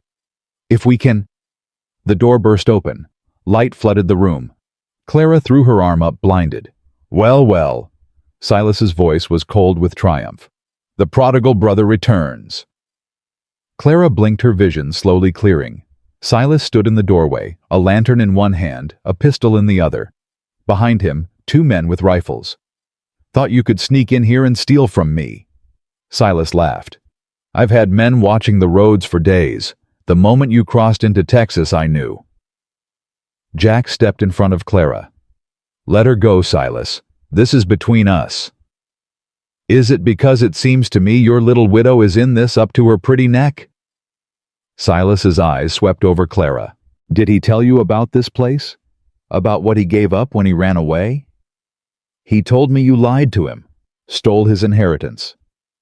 "Stole—" Silas's smile turned cruel. "I saved this ranch. I worked 18-hour days while our father rotted in his bed. I made sacrifices Jack couldn't imagine, and now he wants to waltz back in and claim half." He raised the pistol. "I don't think so." "The letter," Jack said. "Evie's letter. Where is it?" Something flickered in Silas's expression, just for a moment. "I don't know what you're talking about." "Liar. Evie wrote to me after Pa died. You took that letter. You've kept it all these years because you knew it could destroy you." "You're grasping at straws." "Am I?" Jack took a step forward. "Then why are you so scared? Why bring guns to face an unarmed man if you've got nothing to hide?" "I'm not scared of you, little brother. I never have been." "Then prove it." Jack's voice dropped. "Show me the letter. Let Clara read it. If it says what you claim, if I really have no right to this ranch, we'll leave. You'll never see us again." Silas hesitated. Clara could see the calculation in his eyes, the uncertainty. "Or," Jack continued, "we can do this the hard way. You can shoot us both, bury our bodies in the back 40, and spend the rest of your life wondering when someone else will come looking. No one knows you're here. The Holdens know. Ezra sent word to a lawyer in Denver before we left. If we don't return in 3 weeks, He'll start asking questions. Jack's voice was steady calm. You might get away with it. Or you might not. Is that a risk you're willing to take? The silence stretched. Then Silas laughed a harsh, bitter sound. You always were clever, Jack. Cleverer than you let on. He lowered the pistol slightly. Fine. You want the letter, I'll give you the letter. But it won't change anything. He crossed to the desk, opened a hidden drawer, and pulled out a small envelope. The paper was yellowed with age, but Clara could see the purple ink bleeding through from the other side. Silas threw it at Jack's feet. Read it. See for yourself. Then get the hell off my property. Jack picked up the letter with trembling hands. He unfolded it slowly, his eyes moving across the page. Clara watched his face change, watched the color drain away, watched something break behind his eyes. Jack. She touched his arm. What does it say? He handed her the letter without speaking. Clara read, Dearest Jackie, I miss you so much. The cousins are kind, but it isn't the same. I cry every night and ask God to bring me home. Papa came to see me before he got so sick. He told me a secret. He said you and Silas must share the ranch when he's gone. He made me promise to tell you if Silas ever tried to take it all. He said you would know what to do. I'm scared, Jackie. Silas came to see me too. He said terrible things. He said if I ever told anyone about Papa's secret, he would make sure I never came home again. Please come get me. Please, I don't want to be here anymore. Your loving sister Evie. P.S. The will is hidden in Mama's Bible. Papa put it there so Silas wouldn't find it. Don't tell anyone. Clara's hands shook. She looked up at Silas, horror dawning. You threatened her, she breathed. You threatened a 7-year-old child to keep her quiet. I did what was necessary. She was your sister. She was a liability. Silas's voice was ice. Just like Jack. Just like everyone who stands between me and what I've built. Jack hadn't moved. He stood frozen, the letter dangling from his fingers, his face a mask of devastation. She died thinking I'd abandoned her, he said quietly. She died alone, far from home, believing I didn't care enough to come. She died of scarlet fever. It had nothing to do with... She died because you terrified her into silence. Jack's voice erupted in fury. She died believing she meant nothing to anyone. And you've lived with that for 15 years without a shred of remorse. I've lived with building an empire, with making something of this family instead of letting it crumble into dust. Silas's jaw tightened. You want to hate me, fine. Hate me. But everything I did for the Thornton name. The Thornton name, Jack laughed bitterly. Is that what you tell yourself? That's how you sleep at night. I sleep just fine. Then you're more of a monster than I thought. Something shifted in Silas's expression, the first crack in his armor. You think I don't remember? Silas's voice dropped. You think I don't see her face every time I close my eyes? She was my sister too, Jack.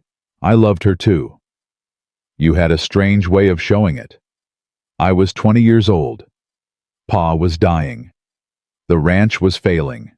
I did what I thought was right. For the first time, emotion broke through Silas's cold facade. I've spent 15 years building this place back up. 15 years trying to prove that it was worth it. That all the sacrifices meant something. And did they? Silas didn't answer. Clara stepped forward. Mr. Thornton, I don't know you. I don't know what kind of man you really are beneath all this. But I know what it's like to carry guilt. I know what it's like to make impossible choices. She met his eyes. It's not too late to make this right. Make it right. Silas laughed hollowly. Evie's dead. Pa's dead. Ma's dead. How exactly do I make any of that right? By stopping this, by giving Jack what he's owed, by letting go of the lies and the threats and the fear. Clara's voice softened. You don't have to keep being the villain, Silas. That's a choice you make every day. Silas stared at her for a long moment. Then his shoulders sagged. "The Bible," he said quietly. "It's still in Ma's room. I couldn't bring myself to—" He stopped, swallowed. "The will is there, just like Evie said." "Silas," Jack started. "Take it." Silas's voice was barely above a whisper. "Take your half. Take whatever you want. I'm tired, Jack. So tired of fighting. What about the ranch, the foreclosure? I'll figure it out. I always do." Silas finally looked at his brother. Really looked at him. "I'm sorry. For everything. I know it doesn't change anything. I know it doesn't bring Evie back. But I'm sorry." Jack stood frozen. Clara could see the war playing out across his face. The anger, the grief, the desperate desire to believe. "I didn't come here for an apology," Jack said finally. "I came here for the truth. And now you have it, all of it." Silas holstered his pistol. "The question is, what are you going to do with it?" Clara watched Jack struggle. Watched him grapple with 15 years of pain and betrayal. Watched him stand at the crossroads of his entire life. "I want my half," Jack said slowly. "Not to take from you, but to build something of my own. Somewhere else. Far from here. Done. And I want you to know that I'll never forgive you for what you did to Evie. Never. But I'm done carrying this hate. It's too heavy." Silas nodded slowly. "That's more than I deserve." "Yes, it is." The brothers stood in silence, the wreckage of their family scattered between them. Then Jack held out his hand. Silas stared at it for a long moment. When he took it, his grip was firm. "Goodbye, Silas. Goodbye, Jack." They found the will exactly where Evie had said it would be, tucked inside their mother's Bible, hidden for 15 years. Jack didn't speak as he read it. Didn't speak as he folded it carefully and placed it in his pocket. He didn't speak at all until they were miles away from the ranch, riding through the pre-dawn darkness toward a future neither of them had expected. "She knew," he finally said. "Evie knew the whole time, and she died trying to protect me." Clara reached across and took his hand. "She loved you. That's what matters." "I failed her." "No, Silas failed her. Your father failed her. The adults who should have protected her failed her." Clara squeezed his fingers. "You were a child, Jack. You did everything a child could do." "It wasn't enough." "It never feels like enough. That's what guilt does. It tells us we should have been more done, more been better." Clara's voice grew thick. "I know that feeling. I've lived with it every day since Will died. But at some point, you have to forgive yourself. Not because you deserve it, but because carrying that weight will destroy you." Jack was quiet for a long time. Then, "How did you get so wise, Clara McAllister?" "I married the right man. Twice." Despite everything, Jack laughed. It was a broken sound, wet with unshed tears, but it was real. "Let's go home," he said. "Let's go back to our children and start the life we were meant to have." Clara smiled through her own tears. "I thought you'd never ask." The journey home took 12 days. 12 days of hard riding, short nights, and conversations that stripped away every last wall between them. Clara told Jack about her father, the merchant who'd become a tyrant after her mother's death, the arranged marriage she'd fled, the shame that still haunted her.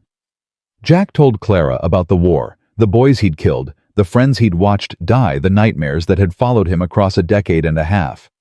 By the time they crossed back into Montana territory, they knew each other completely. Every scar, every secret, every broken piece. "There it is," Jack said, pulling his horse to a stop. The Holden Ranch spread before them, smoke rising from chimneys, cattle dotting the fields. Home. Clara's heart clenched. "The children. We'll be fine. Martha's been watching them like a hawk." "I know. But 12 days, Jack. I've never been away from them this long." "Then let's not waste another minute." They rode hard down the final stretch. Clara's eyes scanned desperately for any sign of Henry and Lizzie. Then she saw them. Two small figures burst from the main house, running full speed across the muddy yard. Clara was off her horse before it fully stopped, dropping to her knees, just as Henry and Lizzie crashed into her arms. "Mama! Mama! You came back! I promised, didn't I?" Clara buried her face in her children's hair, breathing in their scent, feeling their small bodies pressed against hers. "I will always come back. We missed you so much." Lizzie was crying. "Mrs. Martha was nice, but she's not you." "I know, baby. I missed you too, every single minute." Henry pulled back, his face serious. "Did you get the letter? Did you stop the bad man?" Clara looked at Jack, who had dismounted and was watching them with an expression of such tenderness it made her heart ache. "We got the letter," she said. "And the bad man. He's not going to bother us anymore." "Did Mr. Jack punch him?" Henry's eyes gleamed with hope. Jack laughed. "I might have, once or twice." "I knew it!" Henry broke away from Clara and launched himself at Jack. "You're a real hero, Mr. Jack." Jack caught the boy, lifting him easily. "I'm no hero, son. Just a man trying to do right by the people he loves." "That's what heroes are," Henry said matter-of-factly. "Mama told me. Papa was a hero too." Jack's eyes met Clara's over Henry's head.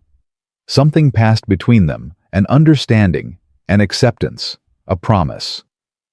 "Your mama's right," Jack said quietly.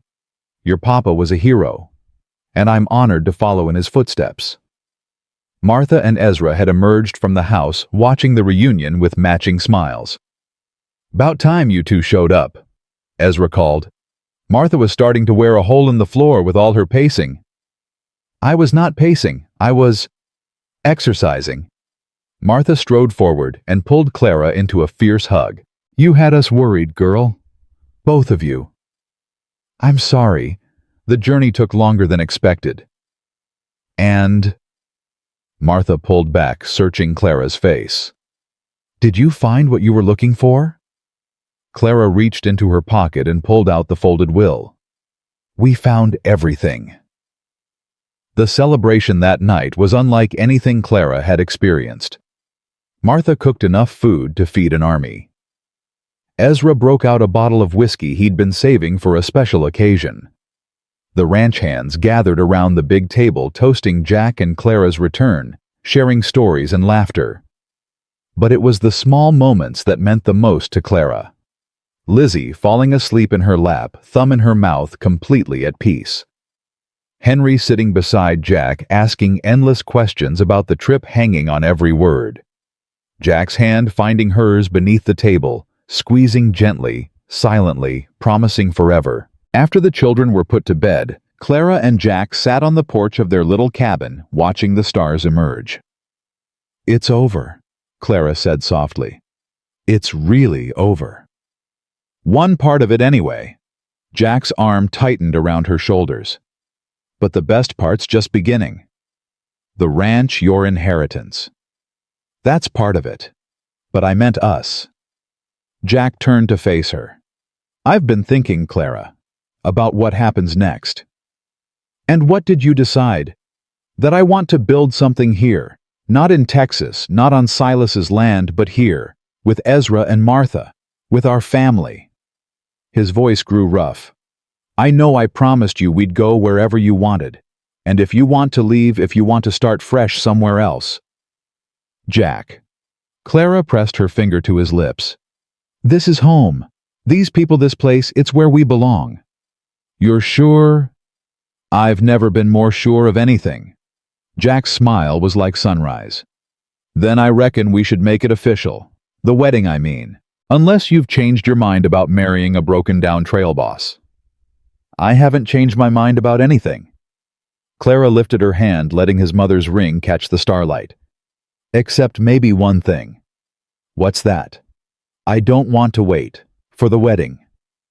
Clara met his eyes. "Life's too short, Jack. We've both learned that the hard way. I don't want to waste another day pretending we need permission to be happy." Jack stared at her. "You want to get married now?" As soon as possible. Reverend Price could come out tomorrow. Martha and Ezra could be our witnesses. The children. She didn't get to finish. Jack's kiss answered for him. Reverend Samuel Price arrived the next afternoon looking slightly bewildered, but entirely willing. "Usually folks give me more than a day's notice," he said, clutching his Bible. "But I suppose the Lord doesn't require advance planning to bless a union." The ceremony was simple. Clara wore her best dress, the one Martha had helped her mend and press. Jack wore a clean shirt and the expression of a man who couldn't believe his luck. Henry stood solemnly beside Jack, serving as best man. Lizzie scattered wildflowers she'd picked that morning. Martha cried. Ezra pretended not to. "Do you, Jackson Thornton, take this woman to be your lawfully wedded wife?" Reverend Price intoned. "I do." Jack's voice was steady, certain. "And do you, Clara Jane McAllister, take this man to be your lawfully wedded husband?" Clara looked at Jack. At the man who'd burst through her door in a blizzard, who'd fed her children when they were starving, who'd given her a reason to live when she'd been ready to die. "I do," she said, "with all my heart. Then by the power vested in me by the territory of Montana and the Almighty God above, I pronounce you man and wife." Reverend Price smiled. "You may kiss the bride." Jack cupped Clara's face in his hands. His touch was gentle, reverent. "Hello, Mrs. Thornton," he whispered. "Hello, Mr. Thornton." Their kiss was soft, sweet, full of promise. Behind them, Henry made a disgusted noise while Lizzie cheered. "They're gross," Henry informed Martha. "That's love, child," Martha replied. "You'll understand when you're older." "I hope not." The wedding feast lasted until well past dark. More food, more laughter, more stories. Clara couldn't remember ever feeling this full, not just in her stomach, but in her soul. When the last guest had departed and the children were finally asleep, Jack carried Clara across the threshold of their cabin. "I believe that's tradition," he said, setting her down gently. "Since when do you care about tradition?" "Since I found a woman worth doing things right for." They stood in the darkness holding each other. No words needed. No words sufficient. "I love you," Clara finally whispered. "I love you too. More than I knew was possible. Promise me something. Anything. Promise me we'll never forget how lucky we are, that we'll never take this for granted, that every morning when we wake up we'll remember that we almost lost each other before we even met." Jack pressed his forehead to hers. "I promise. Every day. For the rest of our lives." Outside, the Montana wind whispered through the grass. Inside, two broken people became whole. Spring arrived in full force over the following weeks. The snow melted. The fields turned green. New calves were born. And Clara discovered something else. Something that changed everything. She was standing by the pump, filling a bucket, when the dizziness hit. One moment she was fine. The next the world spun sideways, and she was on her knees in the mud, gasping for breath. "Clara?" Martha was at her side in seconds. "What happened? Are you hurt?" "I'm fine. I just got dizzy for a moment." Martha's eyes narrowed. "When did you last have your monthly—" Clara's face flushed. I don't—" She stopped, counted backward, counted again. "Oh," she breathed. Martha's stern expression melted into a knowing smile. "How far along you reckon?" "I don't know. 6 weeks? 8. And you haven't told Jack?" "I didn't know there was anything to tell." Clara pressed her hand to her stomach. A baby. Jack's baby. After everything they'd been through. "Martha, I'm 40 years old. I thought I was past—" "The Lord works in mysterious ways." Martha helped her to her feet. "Now you're going to go inside and rest. I'll finish the chores." "But—" "That wasn't a suggestion, Clara Thornton. That was an order." Clara spent the rest of the day in a daze. A baby. She was going to have another baby. After losing Will, after nearly losing herself, after everything life was giving her one more chance. But would Jack be happy he'd signed up for 2 children, not 3? He'd never mentioned wanting babies of his own. What if, "You're thinking too loud"? Clara jumped. Jack stood in the doorway watching her with concerned eyes. "You've been lying there for hours," he said. "Martha won't tell me what's wrong. Said I had to ask you." He crossed to the bed and sat beside her. "Clara, you're scaring me. Are you sick? Is something—" "I'm pregnant." The words hung in the air. Jack's face went completely blank. Clara's heart stopped.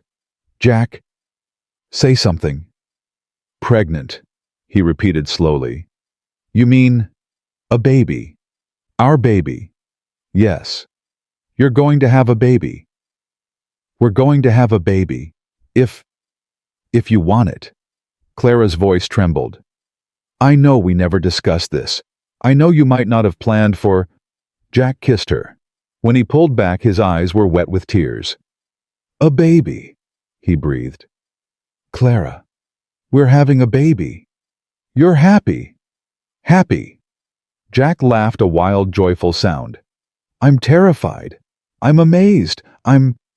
I don't even know what I am. But yes, God, yes, I'm happy." He placed his hand on her stomach, his touch impossibly gentle. "Hello in there," he whispered. "I'm your papa. I know we haven't met yet, but I want you to know something. I'm going to spend every day of my life making sure you feel loved, making sure you never doubt not for 1 second that you belong." Clara's tears spilled over. "Jack, I never thought I'd have this," he said, his voice breaking. "A wife, children, a home. I'd given up hoping for any of it. And now—" He shook his head in wonder. "Now I have everything." The news spread through the ranch like wildfire. Martha declared herself official nursemaid and started knitting immediately. Ezra built a cradle from scratch, working late into the nights. Henry was suspicious at first. Another child meant competition for attention, but came around when Jack explained that being a big brother was the most important job in the world. Lizzie was overjoyed.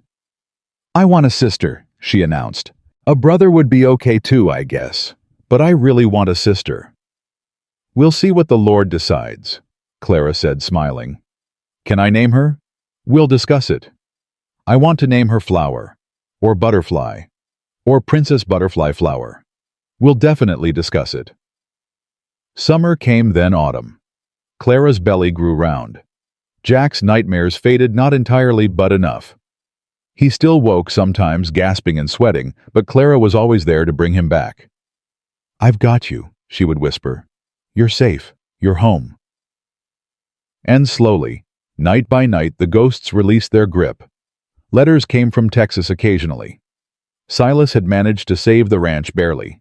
He'd sold off half the cattle and a portion of the land, but the core of the Thornton legacy remained.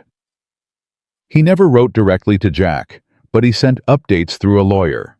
A gesture, perhaps. A bridge left standing. "Do you ever regret it?" Clara asked one evening. "Not taking your half?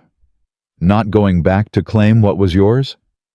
Jack considered the question. "That land was never mine. Not really. It was built on lies and broken promises." He pulled her close. "This, what we have here, this is mine. This is ours. And I wouldn't trade it for 1,000 Texas ranches."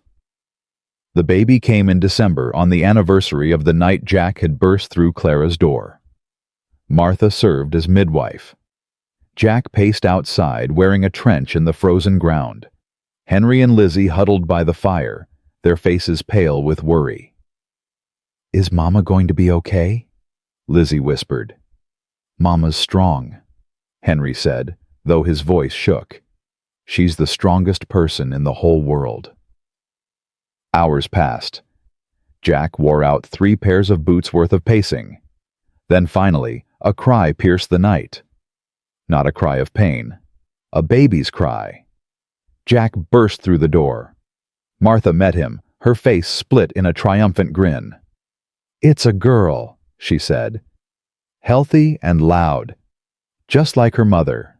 Jack pushed past her. Clara lay in the bed exhausted but radiant, a tiny bundle in her arms. "Come meet your daughter," she said softly. Jack approached as if walking on sacred ground. He looked down at the baby, red-faced, squalling, absolutely perfect. "She's beautiful," he breathed. "Clara, she's so beautiful." "She looks like you." "Poor thing." Clara laughed weakly. "She has your eyes. I can already tell."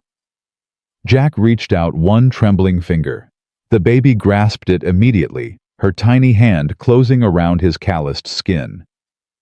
"Hello, little one," Jack whispered. "I'm your papa." The baby stopped crying. She looked up at him with those dark eyes, his eyes, and something in Jack's chest broke and reformed into something new. "What should we name her?" Clara asked. Jack didn't hesitate. "Evie," he said. "Evangeline, after my sister." Clara's eyes filled with tears. "That's perfect. She'll never know her namesake, but she'll know the story. She'll know that she comes from a long line of fighters." Jack's voice grew rough. "And she'll know that she is loved, more than anything in this world." Lizzie appeared in the doorway, Henry close behind. Can we see the baby?" Clara beckoned them closer. Both children climbed onto the bed, peering at their new sister with wide eyes. "She's so tiny," Henry said. "She's so loud," Lizzie added, as Evie began to fuss again. "She'll grow," Clara said.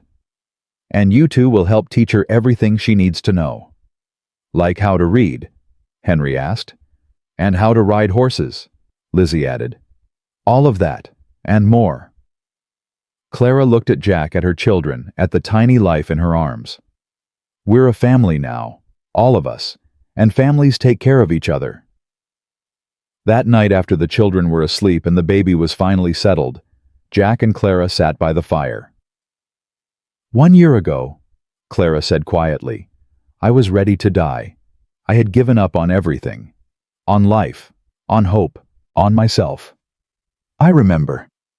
You saved me, Jack. Not just my body, my soul." Jack shook his head. "You saved yourself, Clara. I just opened the door. You did more than that.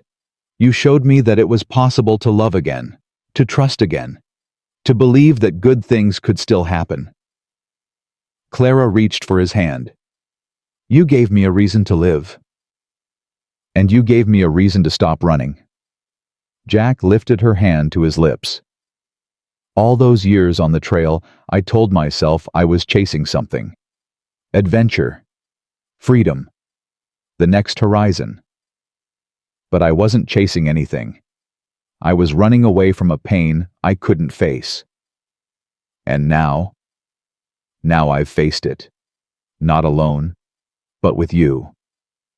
Jack's eyes met hers. "You make me brave, Clara. Brave enough to stay. Brave enough to feel. Brave enough to be the man I always wanted to become." The fire crackled. Evie made a small sound from her cradle. Outside, the winter wind howled, but inside all was warm and safe and full of love. "Tell me something," Clara said. "That night you found us, when you burst through the door in the middle of the blizzard, what were you thinking?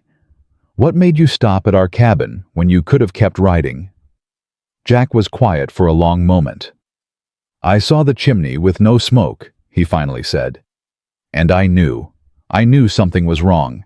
Something deep in my gut told me that if I rode past, I would regret it for the rest of my life. Your gut told you to save us. My gut told me to stop running." Jack turned to face her. "I didn't know you, Clara, didn't know your children. But when I saw you standing there, thin as a rail, fierce as a lion, ready to die for the people you loved, I knew I had found what I'd been searching for." "What was that?" "Purpose." Jack's voice was rough with emotion. "A reason to be better. A reason to face my demons. A reason to finally come home." Clara leaned into him, feeling his heartbeat against her cheek. "I'm glad you stopped," she whispered. "So am I. Every day. For the rest of my life I will be glad I stopped." They sat in silence, watching the flames dance, listening to their daughter breathe. "What happens now?" Clara asked. "Now," Jack smiled. "Now we live. We raise our children. We build something that matters. We love each other through the good times and the bad." He pressed a kiss to her forehead. "We make every single day count." "That sounds like a good plan?" "I thought so." Clara closed her eyes. For the first time in longer than she could remember, she felt completely at peace. Not because life was perfect, it never would be, but because she had found her place, her people, her home. A dying widow had once begged a stranger to take her children. That stranger had answered, "I'll take you too." And from that moment, from that single act of impossible kindness, 2 shattered lives had become whole. A family had been forged in the crucible of hardship. Love had risen from the ashes of despair. This was their story. Not a fairy tale, but something better. Something real. Something earned through tears and struggle, and the stubborn refusal to give up. Clara Thornton. Once Clara McAllister. Once Clara Whitmore. Once, a desperate woman on a frozen road had finally found her forever. And it was worth every step of the journey.